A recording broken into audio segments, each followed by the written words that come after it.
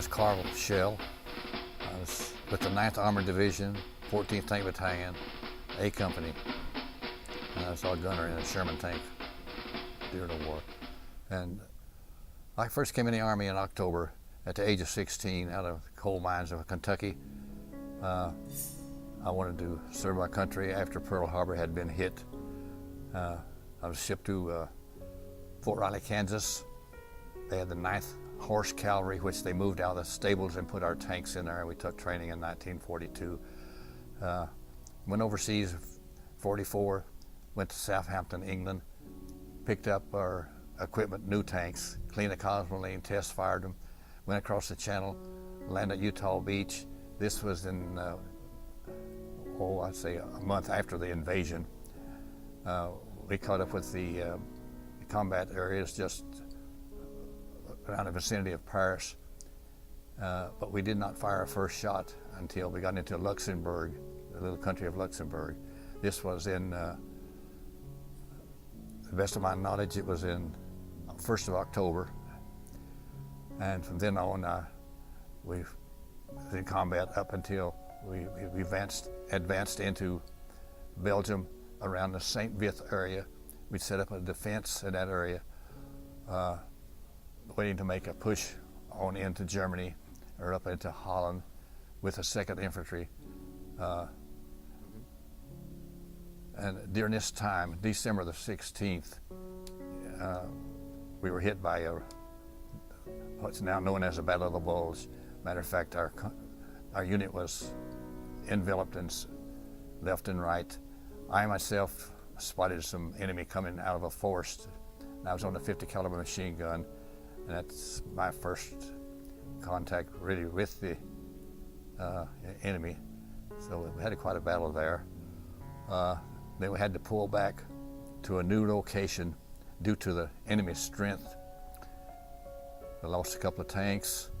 My tank was hit. A round came across the turret. As being a gunner, we had a periscope. It kind of knocked that out, and I received a few fragments in the forehead, but there wasn't nothing serious, so I didn't even see a medic. Then from then on, it was defense and withdrawal all the way through Belgium. We was losing men left and right. I had another tank knocked out. It wasn't serious. It was hit in the tracks, and that could be repaired, which they did. At that time, I was in a 3rd platoon. We had to replace some of our tank commanders and so forth. So I was transferred from my tank in 3rd platoon up the company commander's gunner, Captain George P. Sumas. And I was his gunner through the rest of the war. And of course, after the Bulge, we jumped off and he attacked. I had another tank hit on the 1st of March. This was more serious. They knocked about 3 of our tanks out that day. We continued on after getting reorganized, relocating in a different tank. Advanced up to the Remagen Bridge. My company was the first company there as far as armored goes, but the infantry was also with us. And the bridge was being bombed and strafed by enemy aircraft trying to knock it out.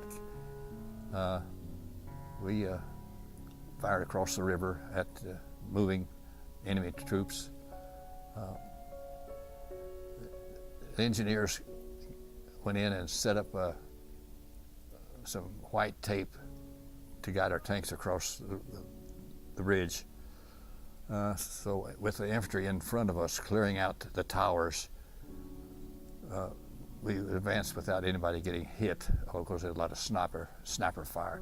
Got on the other side of the river. My tank went to the left, took up a defensive position. The other 2 tanks went to the right. We stayed there about, it seemed to me like a day. All this time we were being strafed by aircraft, enemy aircraft, and big bombs coming in, 1,000-ton bombs. So we started advancing across Germany. It was just combat here and there, knocking out different positions of the enemy. And of course they kept business combat right on through. Grimma up to Leipzig. We got to Leipzig, Germany. We thought we were going into Berlin, but they changed their orders. The 9th Armored Division was going to shift south and go into Czechoslovakia. And on May the 8th, we were in Czechoslovakia in a combat area. We got the word that the war was probably over, to pull up in defensive area, hold what you got, and send the prisoners back. There was not only prisoners, there were civilians coming back through our position to get out of the path of the Russians were coming in to their area, and they didn't want to anything to do with the Russian soldiers. I guess they would kind of get tough on them. So we sat there for about 2 days, and I was shipped out in August to come back to the States and prepared to go to the Pacific as a tank replacement.